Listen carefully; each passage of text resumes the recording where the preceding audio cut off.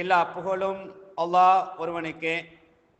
அல்லாஹ்வுடைய கடமையான ஜும்ஆவை நிறைவேற்றுவதற்காக வேண்டி அவனது இல்லத்தில் வீற்றிருக்கும் கண்ணியத்திற்குரிய எல்லாம் வல்ல அல்லாஹ் நல்லடியார்களே, பெரியவர்களே, சகோதரர்களே, அன்புக்குரியவர்களே, அல்ஹம்துலில்லாஹ், அல்லாஹ்வுடைய அருள் ரமலானை அடைய செய்தான். அந்த ரமலானை அடைந்தோம். பகல் நேரத்திலும் இரவு நேரத்திலும் நிறைவான அமல்களை தொடராக செய்து வந்தோம். ரமலானுடைய இதயமாக இருக்கக்கூடிய லைலத்துல் கத்ர் இரவை அடைய வேண்டும் என்ற அடிப்படையில் கடைசி 10 நாம் நெருங்கியிருக்கின்றோம். கண்ணியத்துக்குரியவர்களே, அல்லாஹ் யாருக்கெல்லாம் லைலத்துல் கத்ர் இரவை அடையக்கூடிய பாக்கியத்தை கொடுக்கின்றானோ அந்த பாக்கியத்தை எனக்கும் உங்களுக்கும் நமது குடும்பத்துக்கும் அல்லாஹ் தந்தருள்வானாக என்று பிரார்த்தனை செய்தவனாக, உள்ளத்தை நாம் எப்படி சீர்படுத்துவது என்ற முக்கியமான ஒரு தலைப்பு. ரமலானை பொறுத்தவரை எங்களை பக்குவப்படுத்துவதற்காக வேண்டி, எங்களுடைய உள்ளங்களை சீர்படுத்துவதற்காக வேண்டி அல்லாஹ் இந்த ரமலானை ஏற்படுத்தியிருக்கின்றான். அதனால தான் ரமலான் ஏன் கடமையாக்கப்பட்டது என்ற விஷயத்தை அல்லாஹ் சொல்லும் பொழுது என்ன சொல்கின்றான்? லஅல்லக்கும் தத்தகூன், நீங்கள் இறையச்சம் உள்ள மக்களாக மாறணும். அல்லாஹ்வுடைய எதிர்பார்ப்பு என்ன? ஒவ்வொரு அடியானும் இந்த செய்தி நினைக்கணும். அல்லாஹ் என்னிடமிருந்து என்ன எதிர்பார்க்கின்றான்? எதை எதிர்பார்க்கின்றான்? இறையச்சத்தை எதிர்பார்க்கின்றான், தக்குவாவை எதிர்பார்க்கின்றான். அப்படி என்று சொன்னால் அந்த இறையச்சம் லேசாக வராது, தக்குவா லேசாக கிடைக்காது. முதலாவது இந்த உள்ளத்தை பக்குவப்படுத்த வேண்டும், உள்ளத்தை சீர்படுத்தணும். உள்ளம் சீராகிவிட்டால் அத்தனை செய்திகளும் சீராகிவிடும். அதனால தான் நபி அவங்க சொன்னாங்க, உடம்புல ஒரு சதை பிண்டம் இருக்குது, அது சீராகிவிட்டால் எல்லாமே சீராக இருக்கும், அது கெட்டுவிட்டால் எல்லாம் கெட்டுவிடும். அதான் இதயம் என்று சொன்னார்கள். உள்ளம் சீராக இருக்கும் என்று சொன்னால், உள்ளம் சரியாக இருக்கும் என்று சொன்னால் நமது பார்வை சரியாக இருக்கும். உள்ளம் சரியாக இருக்கும் என்று சொன்னால் நமது கேள்வி செவிகள் சரியாக இருக்கும். உள்ளம் சரியாக இருக்கும் என்று சொன்னால் நமது சிந்தனைகள் அத்தனையும் சரியாக இருக்கும். வெளியே வரக்கூடிய அனைத்தும் சீராக இருக்கும். என்று சொன்னால் நாம் திருப்திகரமாக தொழுகின்றோம், நோன்பிடிக்கின்றோம், ஹஜ் செய்கின்றோம், ஜகாத் கொடுக்கின்றோம், கடமையான ஃபர்லான விஷயங்களை திருப்திகரமாக செய்கின்றோம்.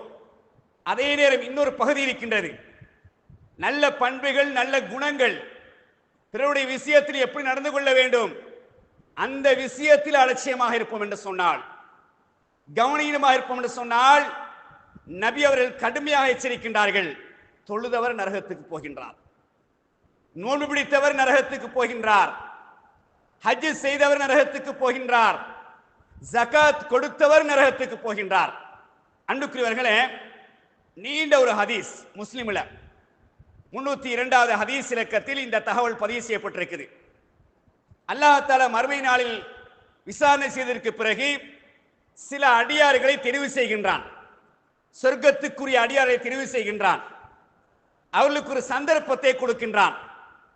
அந்த நேரத்தில் அல்லாஹ் நரகத்தை எடுத்து காட்டான். நரகத்தை எடுத்து காட்டும் பொழுது இவர்கள் பேசுகின்றார்கள் அல்லாஹ்வோடு, யா அல்லாஹ், எனக்கு தெரிந்தவர்கள் நரகத்திற்குள், யா அல்லாஹ். அப்படியே இந்த வாசகம் வரும், எனக்கு தெரிந்தவர்கள் நரகத்துக்குள்ள, யா அல்லாஹ். யகூலூன ரப்பனா கானூ யஸூமூன மானா, இவர்கள் என்னோடு நோன்பு பிடித்தார்கள், யா அல்லாஹ். வயுஸல்லூன, இவர்கள் என்னோடு தொழுதார்கள், யா அல்லாஹ்.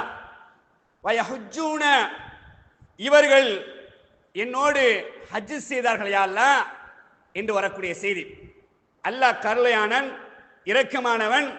சில சந்தர்ப்பங்களை கொடுத்து அவங்களை வெளியேற்றக்கூடிய காட்சியை நாங்கள் பார்க்கின்றோம். எங்களுக்கு என்ன தகவல் என்று சொன்னால், ஹஜ் செஞ்சா என்ன கூலி? சொர்க்கம். தொழுதால் பாவங்கள் மன்னிக்கப்பட்டு சொர்க்கம், நூல் பிடித்தால் பாவங்கள் மன்னிக்கப்பட்டு சொர்க்கம். நரகத்துக்குள் போகக்கூடிய காட்சி, பயங்கரமான ஒரு செய்தி, ஆச்சரியமான ஒரு பயங்கரமான ஒரு காட்சி. எனவேதான் இந்த தலைப்பு. தொழுகின்றோம், நோன்பு பிடிக்கின்றோம், ஹஜ் செய்கின்றோம், ஏன் நரகத்துக்கு போக வேண்டும்? எதற்கான நரகத்துக்கு போக வேண்டும்? சொர்க்கத்திற்காக வேண்டித்தானே இந்த அமலை சிரமப்பட்டு கஷ்டப்பட்டு தியாகங்களோடு அர்ப்பணிப்புகளோடு செய்கின்றோம். காரணம் என்ன? இன்னொரு ஹதீஸ் தெளிவாக வருகின்றது. அல்லாஹ்வுடைய தூதர் அவர்கள் சூழ்ந்திருக்கக்கூடிய சஹாபாக்களை பார்த்து பேசுகின்றார்கள். ததுரூன மல் முஃப்லிஸ், முஃப்லிஸ் என்று சொன்னால், பங்களோட்காரன் என்று சொன்னால் யார் என்று அறிவீர்களா? தோழர்கள் சொன்னார்கள், யாரிடத்தில் நிறைய தீனார்கள் திரகங்கள் இருந்து இல்லாமல் போய்விடுகின்றதோ, லொஸ்டாய் விடுகின்றாரோ, அவர்தான் பங்களோட்காரன்.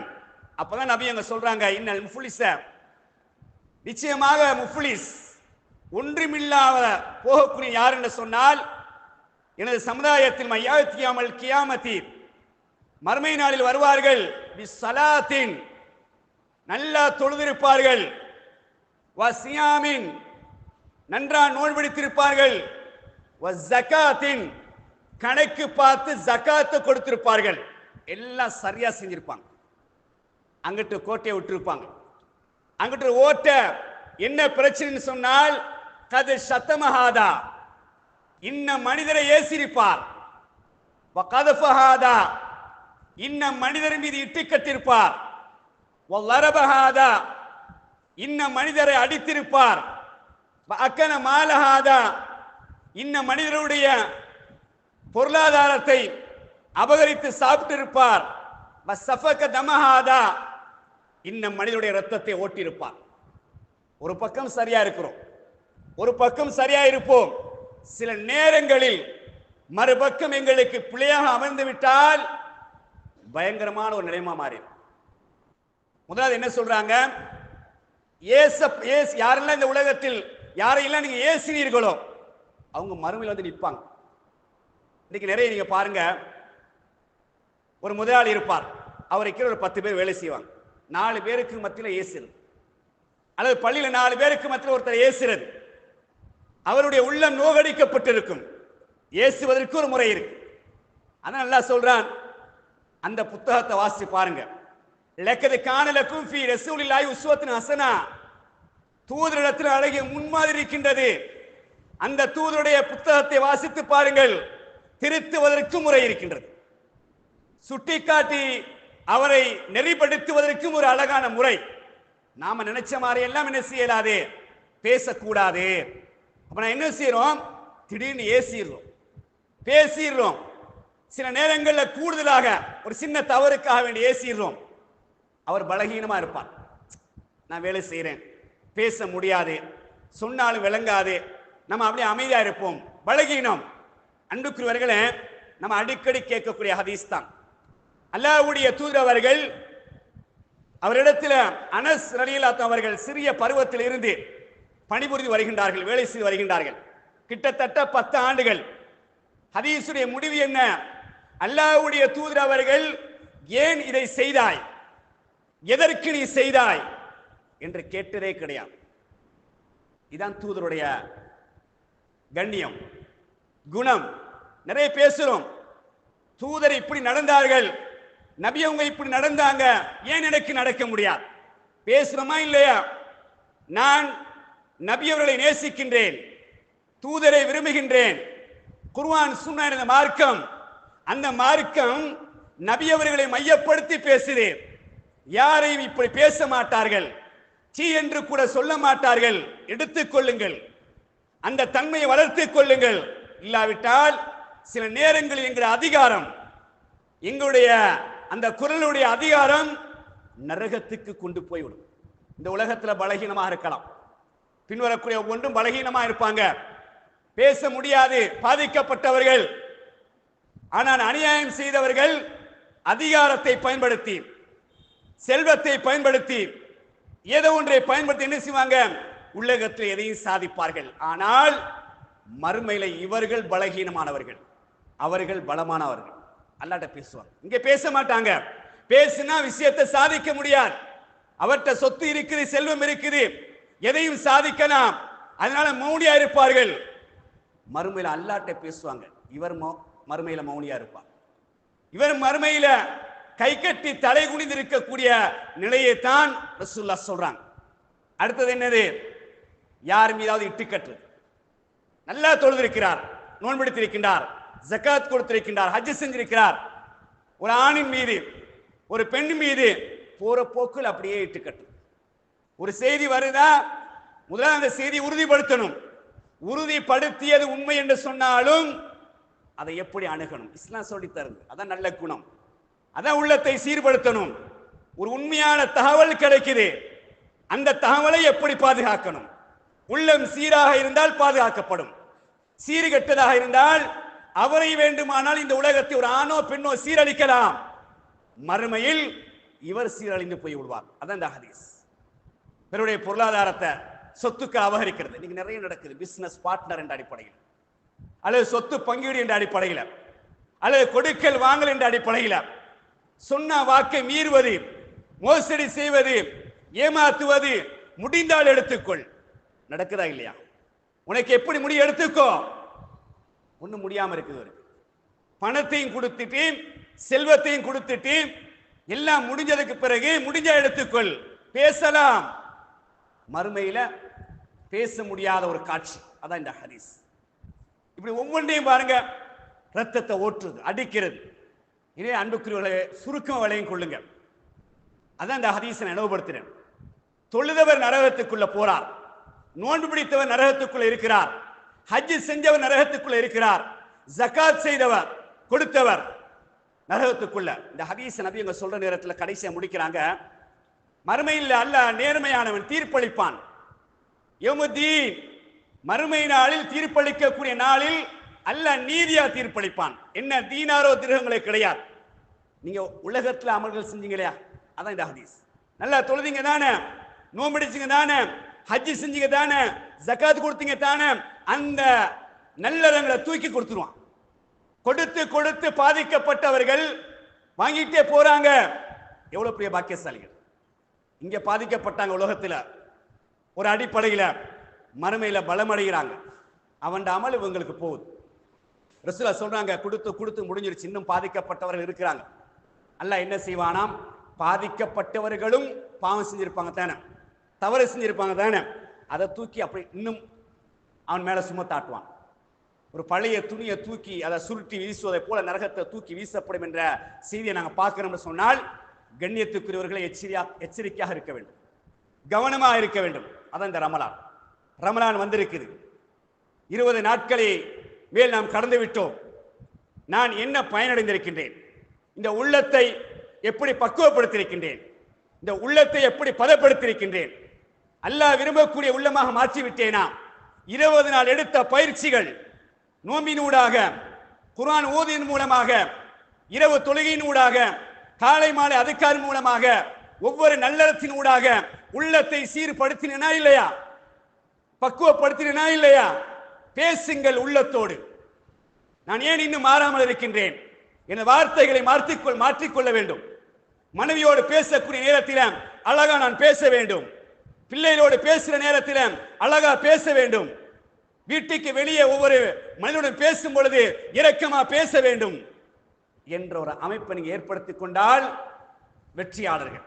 இல்லாவிட்டால் மர்மையுடைய நிலை கேள்விக்குறியாக இருக்கும் என்ற தகவலைத்தான் இஸ்லாம் சொல்லுது. அன்புக்குரியவர்களே, நாம் அடிக்கடி சொல்லக்கூடிய ஒரு முக்கியமான தகவல் 49வது அத்தியாயம். அடிக்கடி எடுத்து வாசிச்சு பாருங்க. சூரத்துல் ஹுஜராத். கிழமைக்கு ஒரு தடவை அல்ல 2 கிழமைக்கு ஒரு தடவை அந்த 49வது அத்தியாயம், சின்ன ஒரு சூரா தான் சூரத்துல் ஹுஜராத், எடுத்து வாசிச்சு பாருங்க. நேரடியா அல்லாஹ் சொல்றான் மூமின்களுக்கு, மூமினான ஆண்களுக்கு, மூமினான பெண்களுக்கு நிறைய உபதேசங்கள்.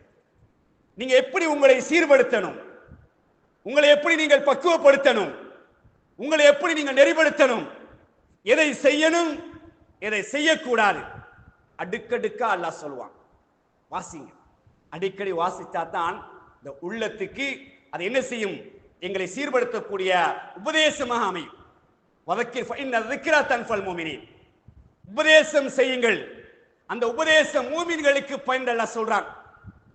அந்த அமைப்பை ஏற்படுத்திக் கொள்ளுங்க. அதுல ஒரு வசனத்தை கவனிங்க. 49வது அத்தியாயம் 12வது வசனம். அல்லாஹ் என்ன சொல்றான்?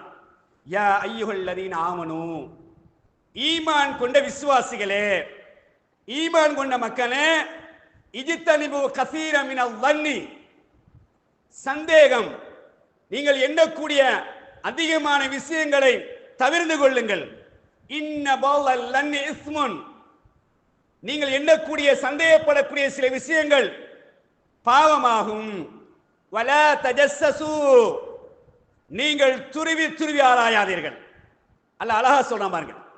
அடுத்தது வலா யக்தப் பஅலுக்கும் பஅலா, உங்களில் சிலர் சிலரை பற்றி புறம் பேசாதீர்கள் என்று அல்லாஹ் சொல்லிட்டு அயுஹிப்பு அஹதுக்கும் அயௌகுல் லஹ்ம அஹீஹி மைத்தன், உங்களுடைய சகோதரன் இறந்து கிடக்கின்றான், உங்களுடைய சகோதரன் மையத்தாக இறந்து கிடக்கின்றார், அந்த இறைச்சியை பிச்சு சாப்பிடுவதற்கு நீங்கள் விரும்புவீர்களா? வகரிஹ்துமூ, நீங்கள் வெறுப்பீர்கள். அழகான ஒரு தகவல், உள்ளத்தை அடிப்படையில் பக்குவப்படுத்துவதற்கான ஒரு அம்சம் தான் இந்த வசனம். 3 விஷயத்தை சொல்றான். முதலாவது என்ன சொல்றான்? சந்தேகப்படாதீங்க, தப்பா யாரும் நினைக்காதீங்க, நல்லெண்ணம் வைங்க. இஸ்லாம் சொல்லுது யாரையும் நல்லெண்ணம் வைங்க. இவர் எப்படி திடீர்னு 2 மாடி வீடு கட்டினாரு, இவர் எப்படி பெரிய பிளஸ் போல வீடு கட்டினாரு, இவர் எப்படி திடீர்னு பெரிய வாகனம் வாங்கினாரு, இவர் எப்படி திடீர்னு ஒரு 4 கடையை போட்டாரு, இப்படி யோசிக்கிறது. இதான் ரப்பு சொல்றான். இதை சொல்றான், நீ அதை யோசிக்காத, அதை சிந்திக்காத, அந்த தப்பான பக்கத்தில் என்ன செய்யாத, சந்தேகப்படாத. இவர் சந்தேகம் எப்படி வருது? கடைசியில இவர் அந்த பிசினஸ் செஞ்சிருப்பாரோ, இந்த பிசினஸ் செஞ்சிருப்பாரோ, இவரை கற்பனை, அதை செஞ்சிருப்பாரோ, இதை செஞ்சிருப்பாரோ, என்னென்ன செய்யறது போறது. பல்ல சொல்லக்கூடிய இந்த லன் இருக்குது இல்லையா, இந்த சந்தேகம், அதை தவிர்த்து கொண்டால் பின்வரக்கூடிய 2ம் தவிர்த்து கொள்ளப்படும். துருவி துருவி ஆராயக்கூடிய செய்தி ஆராய மாட்டோம். முதலாவது தவிர்த்து கொண்டால், முதலாவது விழுந்துட்டம் சொன்னால் 2வது தானா வரும். எப்படி சம்பாதிக்கிறாரு, எங்க போறாரு, எங்க வாராரு, ஏன் இந்த வீட்டுக்கு போனாரு, ஏன் இங்க போனாரு, விடக்கூடாது, கொஞ்சம் தேடி பார்க்கணும். தேடுறார், சம்டைம் துப்பு கிடைச்சிருச்சுன்னு வச்சுக்கிறீங்க, ஏதோ ஒன்று அவருக்கு கிடைச்சிருச்சு. இப்ப என்ன செய்வார்? 4 பேருக்கு மாத்திரம் பேசுறவங்களுக்கு தெரியுமா, இவர் இப்படித்தான் பிசினஸ் செய்யறாரு, இப்படித்தான் பிசினஸ் செஞ்சு வீடு கட்டினாரு, இவர் இப்படித்தான் பிசினஸ் செஞ்சு வாகனம் வாங்கினாரு, இவர் இப்படித்தான் பிசினஸ் செஞ்சு ஹஜ்ஜுக்கு போனாரு, இப்படி என்ன செய்ய 4 பேருக்கு மாத்திரம் பேசுறது. அல்லாஹ் என்ன சொன்னான்? முதல் சந்தேகப்படாதீங்க, உங்களை பத்தி அவர் எப்படி சம்பாதிச்சா என்பது உங்கள்ட்ட கேள்வி கேட்க மாட்டான். நான் எப்படி சம்பாதிச்சேன் என்பது உங்கள்ட்ட கேள்வி அல்ல, நீங்கள் எப்படி சம்பாதித்த என்பது என்கிட்ட கேள்வி அல்ல, அவரவற்றை கேட்கக்கூடிய கேள்வி. அவங்களும் ரப்பும் பேசிக் கொள்வாங்க. அப்படியே எங்களுக்கு தெரியும் என்றால், இப்படித்தான் குறுக்கோல போறார் என்றால் தனிப்பட்ட ரீதியில் உபதேசம் செய்யலாம், பகிரங்கப்படுத்தாமல். பயந்து கொள்ளுங்க மறுமைய என்ற அடிப்படையில் உபதேசம் செய்யலாம். அது இல்லாம 4 பேருக்கு மத்தியில் பேசும் சொன்னால் அந்த வசனத்தை மீறுமா இல்லையா? குர்ஆன் சொன்னான்னு சொல்றோம், குர்ஆனை நாம் உயிரோட்டம் கொடுப்போம் என்று சொல்றோம். அல்லாஹ் சொல்றான், வலா தஜஸ்ஸசு, நீங்கள் துருவி துருவி ஆராயாதீர்கள். ஆராயிரமா இல்லையா? இப்ப ஆராய்ஞ்சிட்டு 3வது என்ன அல்லாஹ் சொன்னான்? உங்களில் சிலர் சிறை பற்றி புறம் பேசாதீங்க. முதலாவது சந்தேகம் வந்துச்சு, 2வது துருவி துருவி ஆராய்ஞ்சார், 3வது பேசுறான். இவர் இப்படி என்ன செய்யறாரு? அந்த 2வது நபரை பத்தி 3வது நபரை பத்தி என்ன செய்யறாரு? பிறரிடத்தில் பேசக்கூடிய ஒரு துர்பாக்கியமான நிலை. இதைத்தான் அல்லாஹ் சொல்றான், இப்படி நீங்க பேசினால், பிறரை பற்றி தப்பும் தவறுமாக நீங்க பேசினால், உண்மையாக இருந்தாலும் கூட பேச முடியாது. நல்லா கவனிச்சுக்கொள்ளுங்க. உண்மையாக இருந்தாலும் கூட இஸ்லாம் அதுக்கு சில அணுகுமுறைகளை சொல்லித்தருது, அதுக்கான சில வழிகாட்டல் இருக்குது. வாரதெல்லாம் நம்ப சொல்லக்கூடிய மார்க்கம் இஸ்லாம் அல்ல. வாரதெல்லாம் நம்பினாலும் கூட அதற்கும் தண்டனை. எப்படி? பிறருக்கு நாம் பரப்பணும், அனுப்புண்டு ஒருத்தன் நம்பி பரப்புவார் என்று சொன்னால் நரகத்தில் அவருக்கு கடுமையான தண்டனை என்பது எச்சரிக்கப்பட்ட செய்தி. எனவே இது என்னது? புறம் பேசக்கூடிய நிலை. நம்ம நினைக்கிற ஏதோ ஒரு விஷயத்த சொல்றோம், நல்ல விஷயத்த சொல்ற மாதிரி பேசிக்கிட்டு இருக்கிறோம். நல்ல விஷயத்தை 4 பேருக்கு பகிர மாதிரி என்ன செய்யறோம்? மற்றவங்களை பத்தி, ஒரு ஆணை பத்தி, ஒரு பெண்ணை பத்தி பேசுறோம். ஆனால் நரகத்தில் பயங்கரமான தண்டனை. புறம் பேசினால் மறுமை நாளில் நரகத்துக்குள் நரகம், வேதனைக்கு மேல் வேதனை. கூறிய நகத்தால் என்ன செய்வாங்க? மாறி மாறி உடம்பை கிழித்துக் கொள்வார்கள், கீறிக் கொள்வார்கள். நரகத்துக்குள் நரகம். அன்புக்குரியவர்களே, அல்லாஹ்வுடைய தூதர் அவர்கள் சஹாபாக்கிட்ட கேட்கிறாங்க, ஆததுரூனமல் கீபா, கீபா புறம் என்று சொன்னால் என்னவென்று அறிவீர்களா? சஹாபாக்கள் சொன்னார்கள், காலு அல்லாஹ் வ ரசூல் அலம், அல்லாஹ்வும் அல்லாஹ்வுடைய தூதர் அவர்களும் அறிவார்கள். தொடர்ந்து ரசூலா பேசுறாங்க, சஹாபாக்களுக்கு புறம் என்று சொன்னால் என்ன என்ற விளக்கத்தை கொடுக்குறாங்க பாருங்க.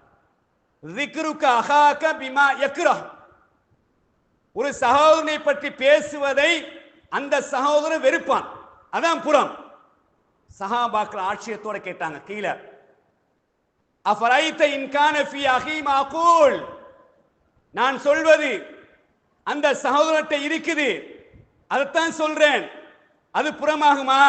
கால ரசூலுல்லாஹ் பேசுறாங்க, இன் கான ஃபீஹி மா தகூல், நீ சொல்வது அவரிடத்தில் இருக்கும் என்று சொன்னால் ஃபக்கத் இக்தப்தஹு, நீ புறம் பேசி விட்டாய். வ இல்லம் யகுன் ஃபீஹி, நீ சொல்வது அவரிடத்தில் இல்லாததை சொன்னால் ஃபக்கத் பஹத்தஹு, நீ இட்டி கட்டி விட்டாய். ரெண்டும் பேசலாம். இப்ப நம்ம என்ன சொல்றோம்? நான் பார்த்ததைத்தான் சொல்றேன், அப்படிதானே? நான் பார்த்ததைத்தான் சொல்றேன், நான் கேட்டதைத்தான் சொல்றேன், அவன் சொன்னதைத்தான் நான் சொல்றேன். இப்படியே சொல்லி என்ன செய்யறது? இந்த உலகத்துல செத்த இறைச்சியை சாப்பிடுறது, ஒரு மனுஷனுடைய இறைச்சியை சாப்பிடுறது. அதை சில ஆட்கள் சொல்லுவாங்க, என்ன மனுஷன் இறைச்சியை சாப்பிடுங்க, செத்த இறைச்சியை சாப்பிட, சும்மா பேசும்போது ஏன் உங்களுக்கு தேவையில்லாத விஷயம், சும்மா இருக்க வேண்டியது தானே. அல்லாண்டு உங்களுடைய விஷயத்தை பார்த்துட்டு போங்க, அவர் உங்களுக்கு திருத்த இயலுமா போய் திருத்துங்க, அப்படி இல்லாட்டி நீங்க மௌனமாயிருங்க. அப்படியே இஸ்லாம் வழிகாட்டுது. பேசினால் நல்லதை பேசுங்க, அவளை எஸ்கூத், வாய் மூடி மௌனமா இருங்க. உங்களுக்கு பேச தெரியாதா? பேசினால் தப்பும் தவறுமாகத்தான் நீங்க பேசுவீங்களா? பேசாதீங்க, அதை விட்டு ஒதுங்குங்க, ஈமானுக்கு பாதுகாப்பு. அன்புக்குரியவர்களே, இப்படியான விஷயங்கள் நம்ம நிறைய கோட்டி விடுறோம். நல்லா தொழுகிறோம், அதுக்கு தான் இந்த ஹதீஸ் எடுத்தேன். நல்லா தொழுகிறோம், நல்லா நோம்பிடிக்கிறோம், நல்லா ஹஜ் செய்கிறோம், நல்லா ஜகாத் கொடுக்கிறோம், இந்த விஷயத்துல கோட்டை விட்டா நரகம். அதான் அந்த முஸ்லிம் வரக்கூடிய 302வது ஹதீஸ். என்னோட இருந்தவங்க யா அல்லாஹ், என்னோட தொழுதவங்க யா அல்லாஹ், என்னோட நோம்பிடிச்சவங்க யா அல்லாஹ், என்னோட ஹஜ் செஞ்சவங்க யா அல்லாஹ், எல்லாம் நரகத்துல யா அல்லாஹ். அல்லாஹ் நரக தண்டனை கொடுத்து அவர்கள் ஊடாக வெளியேற்றின, அது வேற தலைப்புண்டு, அது வேற ஒரு பகுதி உண்டு. நாம் தண்டிக்கப்படாமல் சொர்க்கம் போவதற்கான வழியை அமைத்துக் கொள்ளணும், அப்படி ஒரு அமைப்பை ஏற்படுத்திக் கொள்ளணும். அதே போல அன்பிற்குரியாலே இன்னொரு பகுதி இருக்கு, விட்டு கொடுக்கிறது, தாராள தன்மையோடு நடக்கிறது, மன்னிக்கிறது, அரவணைக்கிறது, உதவி செய்யறது, இதெல்லாம் இருக்கணும். பக்கத்து வீட்டாரோட நல்ல முறை நடந்து கொள்ளுங்க, இஸ்லாம் சொல்லுதா இல்லையா? அந்த அளவுக்கு உபதேசம். எந்த அளவுக்கு என்று சொன்னால், உங்களுடைய சொத்தில் இருந்து அவங்களுக்கு கொடுக்கணும். பயப்படுறாங்க அந்த அளவுக்கு பக்கத்து வீட்டாரை பத்தி. ஜிப்ரீல் அலைஹிஸ்ஸலாம் என்ன செய்றாங்க? உபதேசத்துக்கு மேல உபதேசம்.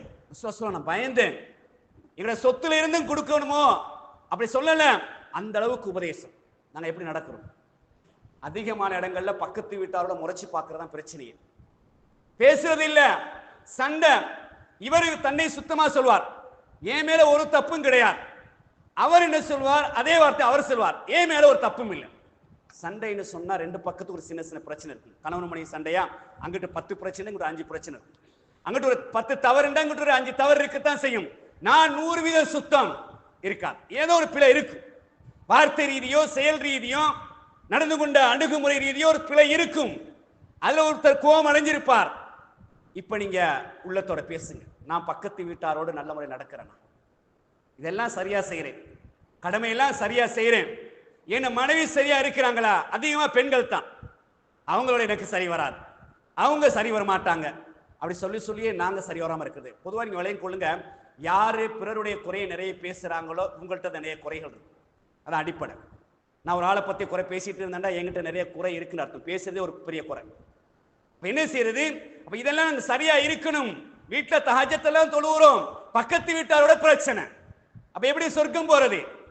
சொந்த பந்தங்கள் உறவுகள், நானா வீட்டுக்கு தம்பி போறதில்லை, தம்பி வீட்டுக்கு நானா போறதில்லை, மாமி மருமகள் பிரச்சனை, எப்படி சொர்க்கம் போறது?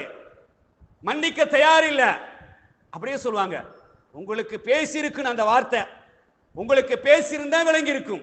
அவன் முகத்தை நான் முழிக்க மாட்டேன், அங்க தலை வச்சு படுக்க மாட்டேன், தலைவாசல மிதிக்க மாட்டேன். என்ன வார்த்தைகள்! ரசூலாவோட நாங்க பெரிய ஆட்களா? நாங்க நேசிக்கிற உயிரை விட மேலாக மதிக்கக்கூடிய அல்லாஹ்வுடைய தூதரை விட நாங்க பெரிய ஆட்களா? அவங்கள விட நாங்க கஷ்டப்படுத்தப்பட்டுட்டோமா? உறவுகள் மூலமாக, சொந்தங்கள் மூலமாக, பக்கத்து வீட்டார்கள் மூலமாக, ஜமாத்தார்கள் மூலமாக நாங்கள் அவர்களை விட இழிவுபடுத்தப்பட்டு விட்டோமா? ஏச்சுக்கும் பேச்சுக்கும் அடிதடி, ஊரை விட்டு விரட்டினது, ரத்தத்தை சிந்த வச்சது, பல்ல உடைக்கப்பட்டது, கஷ்டங்கள் நெருக்கடிகள், எவ்வளவு கஷ்டப்படுத்தப்பட்டார்கள். ஹிஜ்ரி 8 ஃபத்தஹ் மக்கால ஒரே வார்த்தை, நான் மன்னிச்சிட்டேன்டாங்க. அல்ஹம்துலில்லாஹ், நான் மன்னிச்சிட்டேன்டாங்க. அதுக்கு மனசு வேண்டும், அதுக்கு உள்ளத்தில் ஈரம் இருந்தால்தான், உள்ளத்தில் இரக்கம் இருந்தால்தான் அது வெளியாகும். அதான் ஆரம்பத்தில் சொன்னேன், உள்ளம் சீராகும். நான் மன்னிக்க மாட்டேன்னு சொன்னால் அல்லாஹ் அவரை சில நேரம் மன்னிச்சுடுவான். மன்னிக்க மாட்டேன்னு சொன்ன என்ன அல்லாஹ் மன்னிக்கலாட்டி நான் எப்படி ஒரு அல்லாஹ், நீங்க குர்ஆன் நிறைய இடத்த பாருங்க, நபிக்கு நேரடியா பேசுவான். நீங்க அவங்க சொன்னதை பொருட்படுத்தாதீங்கன்னுவான். மன்னிச்சிருங்க, ரெண்டையும் சேர்த்தே சொல்லுவான். சில இடங்கள்ல அவங்க சொன்னதை பொருட்படுத்தாதீர்கள், மன்னிச்சிருங்க. பொருட்படுத்தாதீங்கன்னு சொன்னாலும் பரவாயில்லை. அடுத்து என்ன சொல்றான், அவங்க சொன்ன வார்த்தையை என்ன செய்யுங்க, மன்னிச்சிருங்க. எனவே அன்புக்குரியவர்களே, இந்த தன்மையில உள்ளத்தில் எடுங்க. ரமலான் கற்றுத்தந்த பாடங்கள், ரமலான் எங்களுக்கு வந்துச்சு, ஏதோ நோன்பு பிடிச்சோம், நிறைய அமல்களை செய்தோம் என்று இருக்கக்கூடாது. இந்த ரமலான் ஊடாக நான் நிறைய மாறி இருக்கின்றேன், என்னை மாற்றிக்கொண்டிருக்கின்றேன். உபதேசங்கள் ஊடாக, அமல் ரீதியான செயல்பாட்டின் மூலமாக என்னை நான் பக்குவப்படுத்திக் கொண்டேன் என்ற அடிப்படையில் ஒவ்வொரு ஆணும் பெண்ணும் எங்களை சீர்படுத்திக் கொள்ளும் என்று சொன்னால் அதுதான் உண்மையான வெற்றி, அதான் நிஜமான வாழ்க்கை. அப்படியான வாழ்க்கையை வாழ்ந்து வர்ணிப்பதற்கு படைத்தவன் தௌஃபிக் செய்வானாக.